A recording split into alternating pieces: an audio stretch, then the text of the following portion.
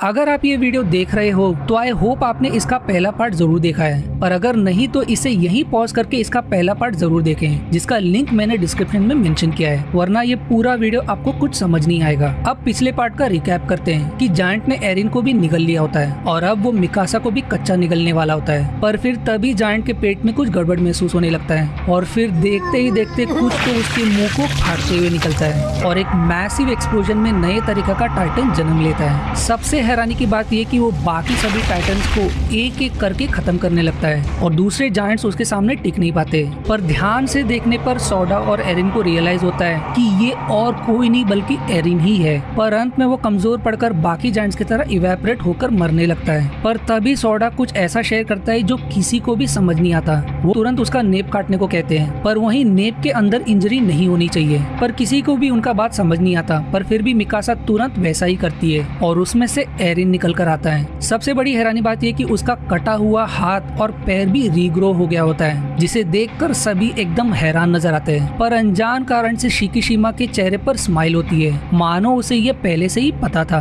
और वो सीन वहीं कट होकर एरिन के बचपन के फ्लैशबैक की तरफ मुड़ जाती है, जहाँ उसके साइंटिस्ट डैड एरिन के शरीर में कोई सीरम अनजान कारण से इंजेक्ट करते हैं, जिसमें सोडा भी उनका साथ देते हैं। पर उसके मॉम के रोकने पर वो बचाव में बताते हैं कि इसकी मदद से एरिन आगे ह्यूमैनिटी को बचाने में बड़ा योगदान देगा। पर फिर तभी कुछ गवर्नमेंट ऑफिशियल्स उसके दरवाजे पर दस्तक देते हैं और एरिन के डैड तुरंत एरिन को सोडा के साथ एस्केप रूम में छिपा देते हैं। उन गवर्नमेंट ऑफिशियल्स में कुबाल भी शामिल। उनको पता चल जाता है कि एरिन के डैड किसी सीक्रेट एक्सपेरिमेंट पर काम कर रहे हैं, जबकि नियम के अनुसार किसी को भी इन्वेंशन या एक्सपेरिमेंट की परमिशन नहीं है। इसीलिए एज पनिशमेंट वो लोग एरिन के पेरेंट्स को अपने साथ ले जाते हैं और उनकी पूरे रिसर्च को आग लगा देते हैं। एरिन के बचपन के फ्लैशबैक से हमें अब समझ आता है कि आखिर सोडा एरिन को इतना क्यों मानते हैं और उन्हें कैसे समझ आ गया कि उस न्यूबॉर्न टाइटन के नेप के पीछे एरिन अब भी जिंदा है, क्योंकि उन्हें उसके पिताजी से पहले ही पता था कि उस सेरम के मदद से इंसान भी और भी शक्तिशाली टाइटन्स में बदल सकता है ताकि वो उनकी रक्षा कर सके।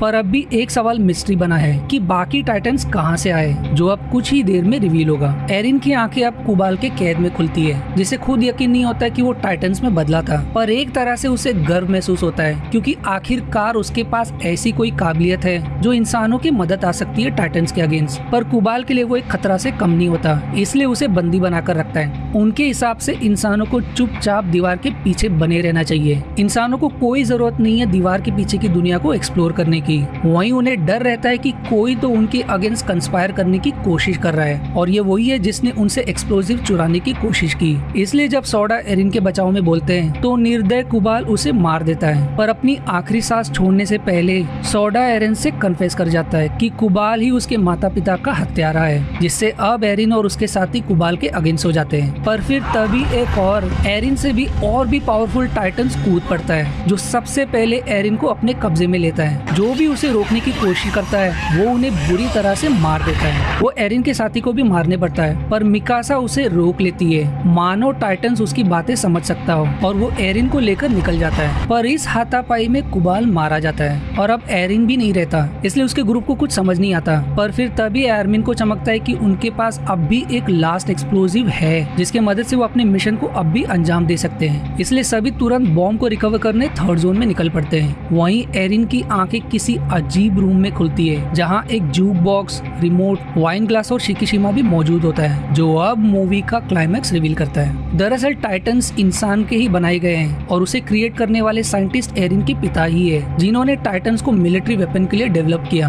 पर अंत में एक्सपेरिमेंट फेल साबित हुआ और वायरस इंसानों में भी फैल गया, जिसके कारण कई लोग टाइटन्स में बदलने लगे और अल्टीमेटली पूरी दुनिया टाइटन से रेंगने लगी और ये ऐसे ही फैलता रहेगा। सबसे भयानक बात कि टाइटन्स बिना पानी और खाने और किसी भी क्लाइमेट कंडीशन में सर्वाइव कर सकते हैं और उनकी उम्र भी नहीं बढ़ती, जिसका मतलब कि टाइटन्स का अस्तित्व अब कभी भी धरती से नहीं मिटेगा। इन्हें नष्ट करने का तरीका भी सिर्फ उसके पिता को पता था, पर मिलिट्री वाले उन्हें ऐसा करने नहीं दिए, जिन्होंने उन्हें अंत में खत्म कर दिया। उसके पिता ने जानबूझकर उसे मॉडिफाइड सीरम से इंजेक्ट किया ताकि वो ह्यूमैनिटी को बचाने में मदद कर सके। एरिन जब चाहे टाइटन्स में बदल सकता है और वो कभी मरेगा भी नहीं। अब हमें समझ आता है कि क्यों गवर्नमेंट ने आम जनता के लिए एक्सपेरिमेंट या इन्वेंशन बैन कर रखा था। शिकीशिमा एक और मिस्ट्री रिवील करता है कि वही है जो गवर्नमेंट के अगेंस्ट कंस्पायर कर रहा है। उसी के साथी ने एक्सप्लोजिव चुराने की कोशिश की थी। एरिन शिकीशिमा के बातों से कन्विंस होकर उसका साथ देने को तैयार हो जाता है। वहीं एरेन का ग्रुप टाइटन से बचते बचाते बॉम्ब को ट्रक पर लोड करके वॉल की तरफ निकल पड़ते हैं, पर रास्ते में शिकीशिमा उन्हें रोक लेता है और अब वो उनसे अपना असली प्लान शेयर करता है, जिसका एरेन को भी कोई खबर नहीं था। दरअसल वो बॉम्ब की मदद से दूसरे वॉल को डिस्ट्रॉय करने के पीछे है, ताकि वॉल गिरने पर गवर्नमेंट के लोगों को मजबूरी में टाइटन से लड़ना पड़े, और जब वो सारे टाइटन्स को खत्म करने में सफल हो जाएंगे तब वो लोग मिलकर गवर्नमेंट को खत्म कर देंगे, जिनके कारण ये सब हुआ। उसका मानना होता है कि इंसान कैद में रहने के लिए नहीं बना है, जिससे अब हमें उसके शुरुआत में कहे पहली का असली मतलब पता लगता है कि इंसान का असली दुश्मन उसका डर है, जो बस डर के मारे सेफ जगह बने रहने में विश्वास करता है। पर एरेन और उसका ग्रुप उसके बातों पर सहमत नहीं होता,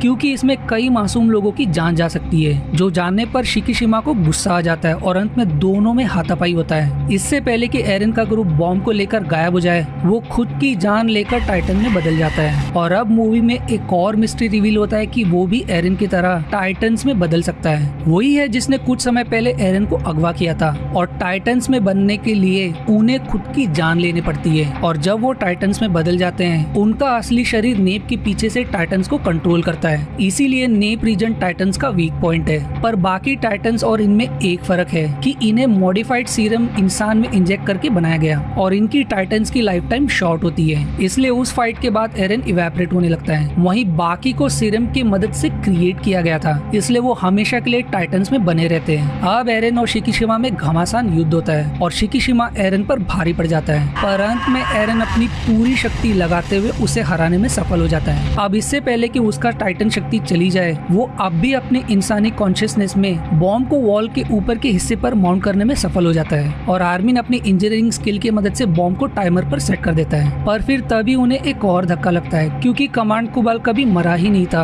और उन्हें एरेन को उसके हवाले करने का चेतावनी देता है, क्योंकि वो नहीं चाहता कि इंसान के बीच एक टाइटन रहे। उसके अनुसार इंसान दीवार के इस पार बिलोंग करते हैं और उन्हें चुपचाप यहीं बने रहना होगा। पर फिर गुस्से में साशा उसे बो एरो से खत्म कर देती है, और उसे क्या खबर कि उसने ये करके बहुत बड़ी गलती की, क्योंकि अब मूवी का फाइनल क्लाइमेक्स रिवील होता है। दरअसल शुरुआत में दिखाया वो जायंट किंग टाइटन और कोई नहीं बल्कि वही था। मूवी की शुरुआत में आर्मिन से टकराया इंसान भी यही था, जो अपने सेकेंड जोन से थर्ड जोन में सीक्रेटली घुस आया अपने मिशन को अंजाम देने के लिए। बीइंग अ मिलिट्री मैन, वो इंसानों पर अपना कंट्रोल बनाए रखने पर विश्वास करता है, पर क्योंकि लोगों में दीवार से निकलने का डिस्कंटेंट बढ़ता जा रहा था, इसलिए उसने बाहर के वॉल को गिराने का खेल रचा, ताकि इंसानों में फिर से टाइटन्स का डर बनाया जा सके, फिर चाहे इसमें कईयों की ही जान क्यों ना निकल जाए। उसने इसलिए भी सोडा को दुश्मनी में मरवा दिया, क्योंकि सोडा बार बार गवर्नमेंट पर प्रेशर डाल रहा था बाहर निकलने का, और वो जानता था कि वो एरेन के डैड से मिला हुआ था। कुबाल जायंट टाइटल में बदलकर उनके मिशन को फेल करने की कोशिश करता है। एरेन कैसे तो उसके नेप के नजदीक गेयर की मदद से पहुंच जाता है, पर उसके आग से भभकते चमड़ी के कारण वो आसानी से उसका नेप नहीं काट पाता। वहीं उनके पास लिमिटेड समय होता है इससे पहले कि बॉम्ब डिटोनेट हो जाए, पर ऐन मौके पर शिकीशिमा थोड़ी बहुत बची जान में उनकी मदद करने का तय करता है, इसलिए अपनी जान की परवाह ना करते एक आखिरी बार टाइटन्स में बदलकर बॉम्ब को किंग टाइटन के मुंह में घुसेड़ देता है। किंग टाइटन के उगलते आग के कारण बॉम्ब डिटोनेट हो जाता है, जिसके भयंकर एक्सप्लोजन में किंग टाइटन मारा जाता है, और लकीली एक्सप्लोजन के मलबे से छेद भी बंद हो जाता है, और अंत में सभी अपने मिशन में कामयाब हो जाते हैं। और मूवी एरेन और मिकासा के सपने के साथ समुद्र और उस बर्ड को देखते हुए खत्म हो जाती है। पर फिर मूवी के क्रेडिट सीन में एक और प्लॉट रिवील होता है कि पूरे मूवी में वो उड़ता ईगल दरअसल रियल बर्ड नहीं बल्कि एक ड्रोन है, जो उन पर खास करके नजर बनाए रखा है, जो मूवी में कई बार देखा गया। कोई तो उन पर उसी जगह से नजर बनाए रखा है जो ठीक शिकीशिमा के अंडरग्राउंड लोकेशन की तरह नजर आती है। मूवी के एंड से हम ये लॉजिक लगा सकते हैं कि ये सीक्रेट लोकेशन शायद दीवार के आखिरी सर्कल का हो सकता है, जिसे अभी तक मूवी में रिवील नहीं किया गया। जिस तरह से इसकी एंडिंग हुई है, मुझे लगता है कि इसका आगे का पार्ट जरूर बनेगा। ये मूवी मुझे इतनी पसंद आई कि मैं इसका सीरीज देखने का प्लान कर रहा हूँ, और मैं आपको भी ये जरूर रेकमेंड करूंगा। आज की वीडियो में इतना ही। अगर मेरी वीडियो पसंद आए तो प्लीज गाइस इसे लाइक और कमेंट करना ना भूलें, क्योंकि आप जानते हो कि आपके लाइक और कमेंट से ही मेरी वीडियो चल पाएगी। और अगर आप मेरे चैनल पर नए और मेरे वीडियो के अगेंस्ट दिखाना चाहते हो तो प्लीज मुझे सब्सक्राइब करके सपोर्ट जरूर दिखाएं। मैं मिलूंगा अगली बार एक और न्यू इंटरेस्टिंग एक्सप्लेनेशन में। तब तक के लिए धन्यवाद दोस्तों। आशा है आपको मेरी एक्सप्लेनेशन पसंद आई। यदि हाँ तो प्लीज वीडियो को लाइक करना और चैनल को सब्सक्राइब करके सपोर्ट करना ना भूलें। मिलते हैं अगले एक्सप्लेनेशन वीडियो में। तब तक के लिए धन्यवाद दोस्तों।